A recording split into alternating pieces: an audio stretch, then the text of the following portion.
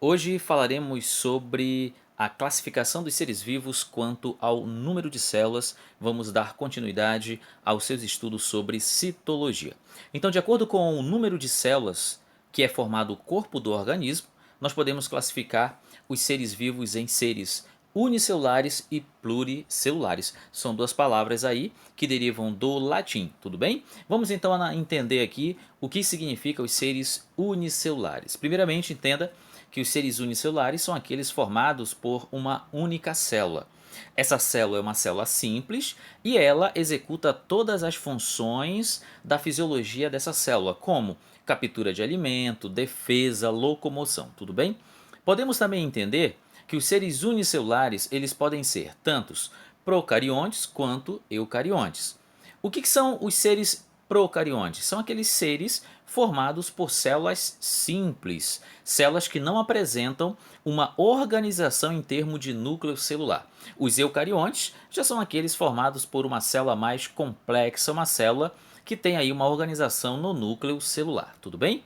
Vamos analisar agora aqui alguns exemplos aonde nós vamos ter os representantes dos seres unicelulares. Atenta aí. Primeiramente nós temos como representante aí dos seres unicelulares, nós temos os protozoários, tudo bem? Nós temos aqui as bactérias, algumas espécies de algas e também algumas espécies de fungos. Eu quero que você entenda também que quando nós falamos de seres unicelulares, temos que analisar a sua reprodução.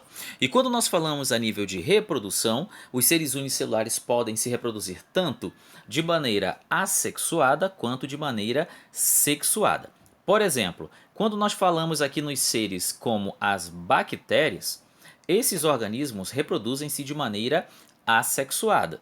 Quando nós falamos, por exemplo, aqui nos protozoários, muitas espécies se reproduzem de maneira sexuada, tudo bem? Vem comigo aqui então agora analisar alguns exemplos através de imagens dos representantes dos seres unicelulares. Nessa primeira imagem aqui, nós temos aqui o representante dos seres unicelulares, onde nós vamos ter aqui ó, o paramécio, que é um protozoário também, né?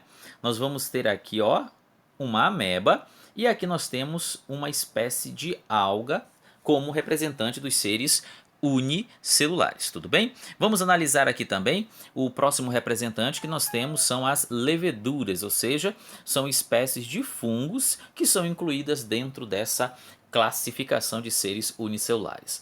A próxima classificação que temos é dos seres pluricelulares, ou seja, nessa organização nós já vamos colocar aí os organismos mais complexos. Então nós vamos falar que esses organismos, esses seres vivos, eles são formados por várias células, tudo bem?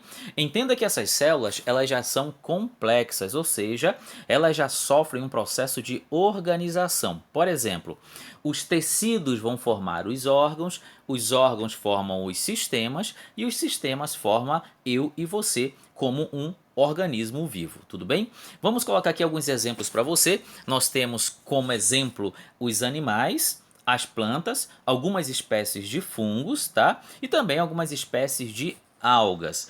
Podemos visualizar aqui nessa imagem que mostra o grau de complexidade aqui dos seres pluricelulares. Nessa imagem você pode perceber que é uma imagem aqui que representa o tecido muscular, onde nós vamos ter, por exemplo, aqui o tecido muscular não estriado, ou conhecido também como liso, tudo bem? Encontrado, por exemplo, aí no intestino, tanto no intestino delgado quanto no intestino grosso. Nós temos também aqui o tecido muscular estriado esquelético, que é o tecido muscular ligado aos ossos, e nós temos aqui o tecido muscular estriado cardíaco, presente principalmente no coração.